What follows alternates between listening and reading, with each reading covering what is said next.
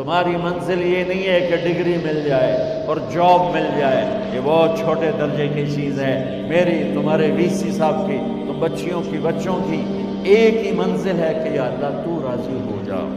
اللہ تجھے مرنے سے پہلے پہلے حاصل کرنا ہے، ڈھونڈنا ہے، پا لینا ہے، راضی کر کے مرنا ہے۔ لیتک تحلو والایام مریرۃ ولیتک ترضی والانام غضاب ولیت الذی بینی وبینک عامر وبینی وبین العالمین خراب ولیت الشراب من ودادک صافیا وشربی من ماء المعین السراب فاذا صح منک الود فالکل حین وکل الذی فوق التراب التراب۔ اللہ کو پاتے ہوئے جو سودا کرنا پڑے کر جاؤ۔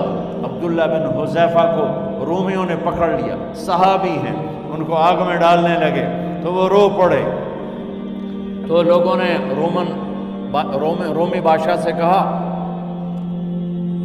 کہ یہ رو پڑا ہے، ڈر گیا ہے، ان کا لے آؤ، میرے پاس لے آؤ۔ ان کو واپس لائے تو رومن بادشاہ نے پوچھا کیوں روئے ہو، موت سے ڈر گئے ہو؟ کہنے لگے موت تو ہمارے لیے سب سے بڑا تحفہ ہوتا ہے، میں اپنی بے بسی پہ رویا ہوں۔ کہ کیا بے بسی ہے؟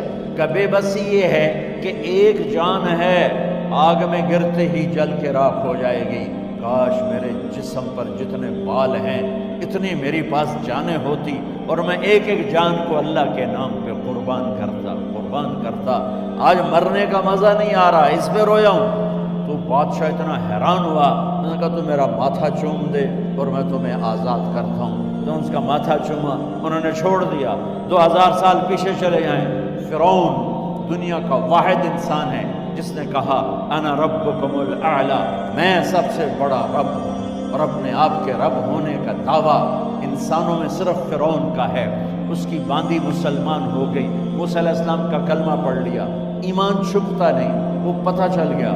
فرعون نے اس کو پکڑوایا، اس کی 2 بچیاں، ایک دودھ پیتی ایک ساتھ چلتی، اور اس نے اپنے دربار میں کڑھا میں تیل ڈلوایا، نیچے آگ لگوائی، تیل ابلنے لگا۔ جب وہ پوری طاقت سے ابلنے لگا تو اس نے فرعون نے اس عورت سے، اس باندی سے کہا یہ آگ تیرے سامنے ہے، جلتا ہوا تیل، موسیٰ کے رب کو مانے گی تو پہلے تیری بچیوں کو جلاؤں گا پھر تجھے جلاؤں گا، اور اگر مجھے رب مانے گی تو تیرے گھر کو سونے چاندی سے بنا دوں گا، تیرے گھر کو سونے چاندی سے بھر دوں گا۔ اللہ کا پا لینا یہ میری آپ سب کی معراج ہے، اور اللہ کو کھو دینا میرے آپ سب کے لیے ہلاکت اور تباہی ہے۔ سنو اس نے کیا کہا؟ اللہ نے اپنی محبت کو ماں سے تشبیہ دی ہے، باپ سے نہیں دی، اور چھوٹا بچہ زیادہ ممتا کو لیتا ہے۔ وہ کہنے لگی فرعون یہ تو میری 2 ہیں، میری 100 ہوتی تو اللہ کے نام پہ آج میں قربان کر دیتی۔ فَاقْضِ مَا أَنْتَ قَاضٍ، کر جو تجھے کرنا ہے۔ تو پاگل ہو گیا، غصے میں کہنے لگا اس کی بڑی بیٹی کو ڈال دو۔ تو انہوں نے اس کو یوں ٹانگوں سے پکڑا اور وہ چیختی چلاتی ہوئی تھی۔ ماں کا ایک بول اس کی جان بچا سکتا تھا، اور پھر گھر جا کے توبہ کر لیتی۔ وہ کہتی ہے اللہ مجھے معاف کر دے، میں نے کلمہ کفر کہا۔ اس کو ٹانگوں سے پکڑا ہوا ہے، اس کے ہاتھ نیچے جھول رہے ہیں، اور وہ اماں بھی کہہ رہی کہ مجھے بچا دو۔ ماں نے اپنی آنکھوں سے بچی کو تیل میں یوں ڈوبتے دیکھا، اور پھر وہ ابھری جیسے مچھلی تلنے کے لیے، جیسے مچھلی تلی جاتی تو باہر آ جاتی، اوپر آ جاتی، تو وہ ایسے بلبلے اٹھ رہے تھے۔ وہ ایک ہی لمحے میں اس کی تو جان گئی، ایک آنسو کا قطرہ اس نے نہیں نکلنے دیا اپنی آنکھوں سے، اور اپنے دل کو جب مضبوط کیا تو میرے رب کی غیرت، میرے رب کی رحمت محبت حرکت میں آئی۔ اللہ نے ماں کی آنکھوں سے پردہ ہٹا دیا، اور ماں نے اپنی بیٹی کی روح کو نکلتے دیکھا، اور وہ کہہ رہی ہے اصبری یا ام فإن لک من الأجر کذا وکذا۔ ماں جی ڈرنا نہیں، صبر کرو، جنت تیار ہے، جنت تیار ہے، خوش رہو۔ معصوم بچی کو تو پتہ بھی نہیں تھا کہ کیا ہونے والا ہے، اس کو پکڑ کے یوں ڈالا، اس کی تو آہ بھی نہ نکلی، اور وہ مچھلی کی طرح تلی گئی۔ اور پھر ماں کا کلیجہ پھٹا، اللہ نے پھر آنکھوں سے پردہ ہٹایا، اور انہیں اپنی بچی کی روح کو نکلتے دیکھا، اور وہ کہہ رہی اسبری یا فإن لک من الاجر کذا وکذا، ماں جی تھوڑی دیر کا صبر، جنت تیار ہے، جنت تیار ہے، جنت تیار ہے۔ اللہ کو پایا سب کچھ پایا، اللہ کو کھو دیا سب کچھ کھو دیا۔ جب اس کو پکڑ کے لے جانے لگے، اس نے فرعون کو دیکھا، فرعون اس کی آنکھوں میں آنکھیں نہیں ڈال سکتا، نظریں نیچے ہو گئی اس کی۔ کہنے لگی میری ایک بات مانو گے، میری ایک خواہش پوری کرو گے؟ فرعون نے پوچھا کیا؟ کہ جب میں بھی جل جاؤں تو میری اور میری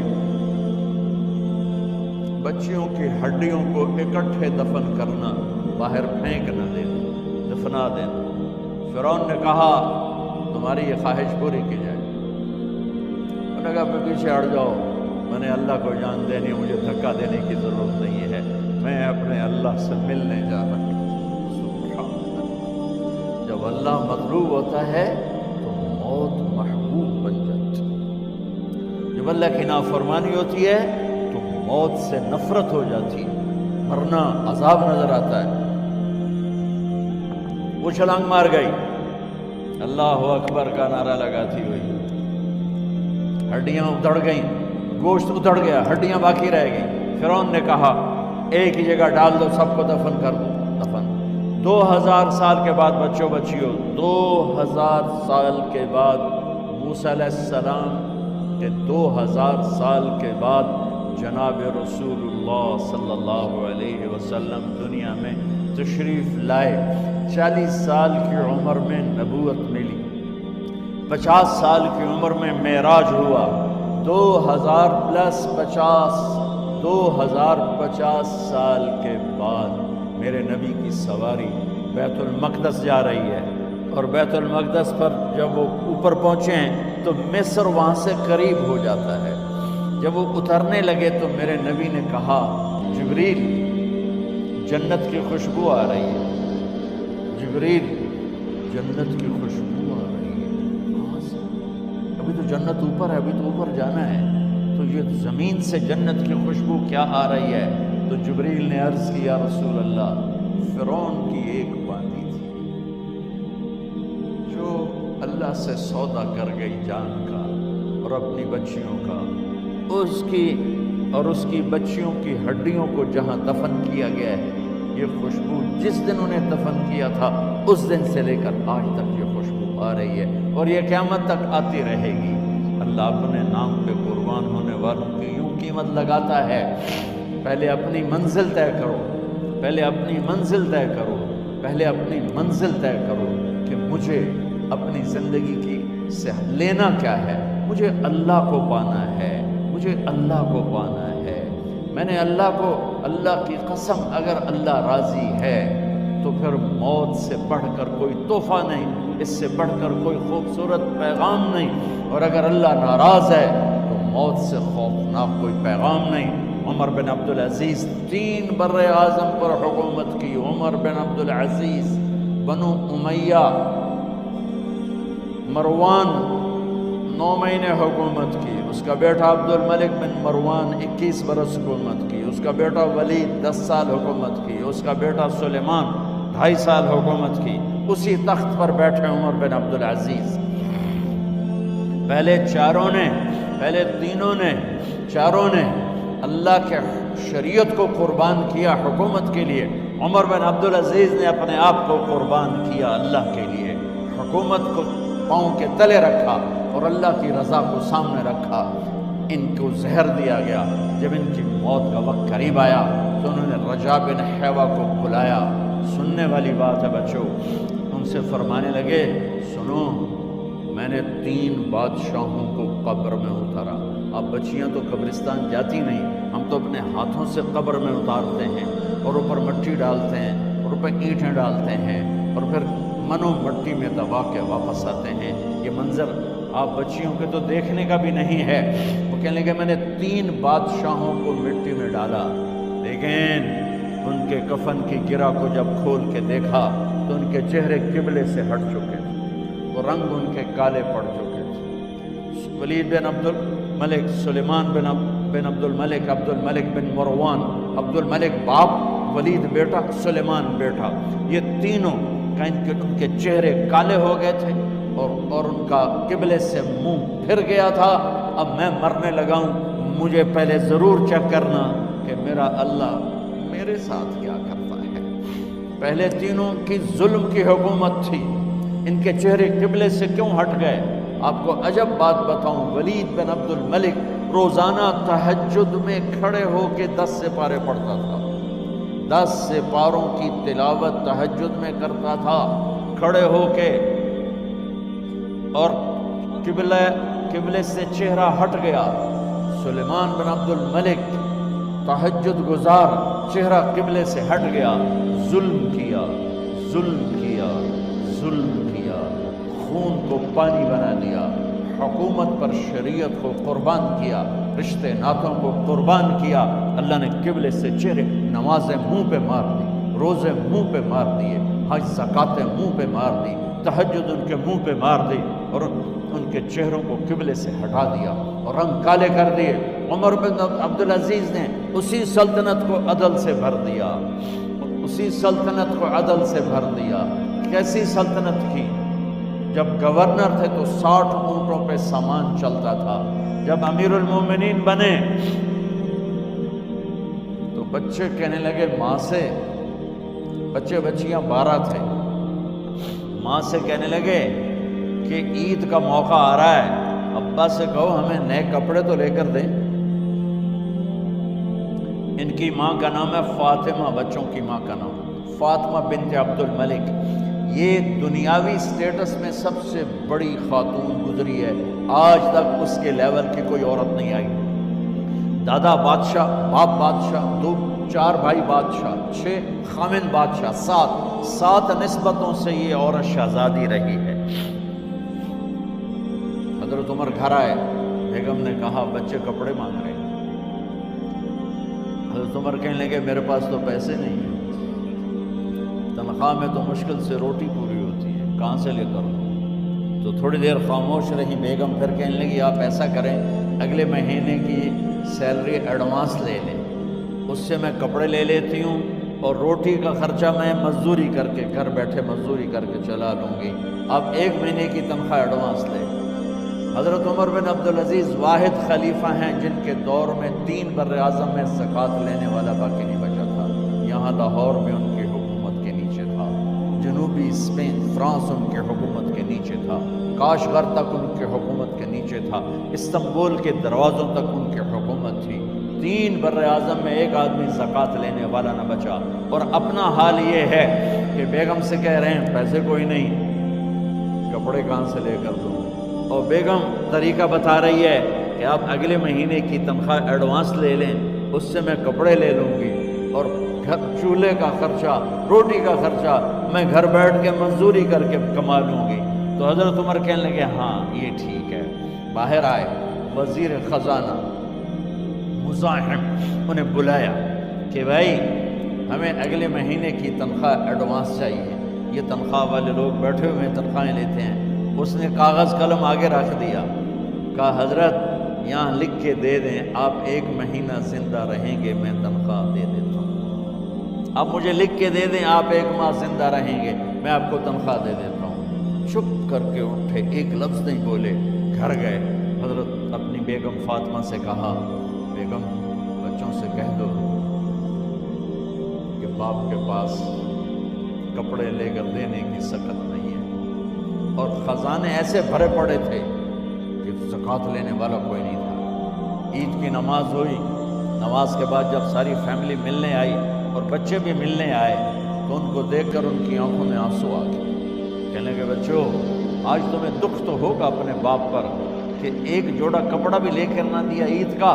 تو ان کے ایک بیٹے نے کہا ابا جان آج آپ بڑے خوش ہیں، ہمارا سر اونچا ہے کہ ہمارے باپ نے مسلمانوں کے مال پہ ڈاکہ نہیں ڈالا، ہمیں قربانی کا بکرا بنایا، لیکن مسلمانوں کے مال میں خیانت نہیں کی۔ یہ ان کا طرز حکومت تھا، اس طرح انہوں نے حکومت کی۔ گھر میں تشریف لائے تو بیٹیوں سے بات کی تو انہوں نے منہ پہ ایسے دوپٹہ رکھا ہو، منہ پہ دوپٹہ رکھ کے بات کرے تو فرمانے لگے کپڑا تو ہٹاؤ، دوپٹہ کیوں رکھا ہوا ہے؟ تو گھر کی خادمہ زور زور سے رونے لگی، کہنے لگی امیر المومنین آج آپ کی بیٹیوں نے کچا پیاز توڑ کے روٹی کھائی ہے تو وہ اس کی بو ہے منہ میں، آپ کو بو سے نفرت ہے اس لیے منہ پہ کپڑا رکھ لیا۔ تو حضرت عمر اتنا روئے کہ ان کی داڑھی تر ہو گئی۔ کہنے لگے آخر میں جب تھوڑا آسرے میں آئے، کہا میری بیٹیوں تمہارا باپ تمہیں بڑے اچھے کھانے کھلا سکتا ہے لیکن میں جہنم کو برداشت نہیں کر سکتا، میں جہنم کی آگ برداشت نہیں کر سکتا۔ اب مرنے کا وقت آ گیا۔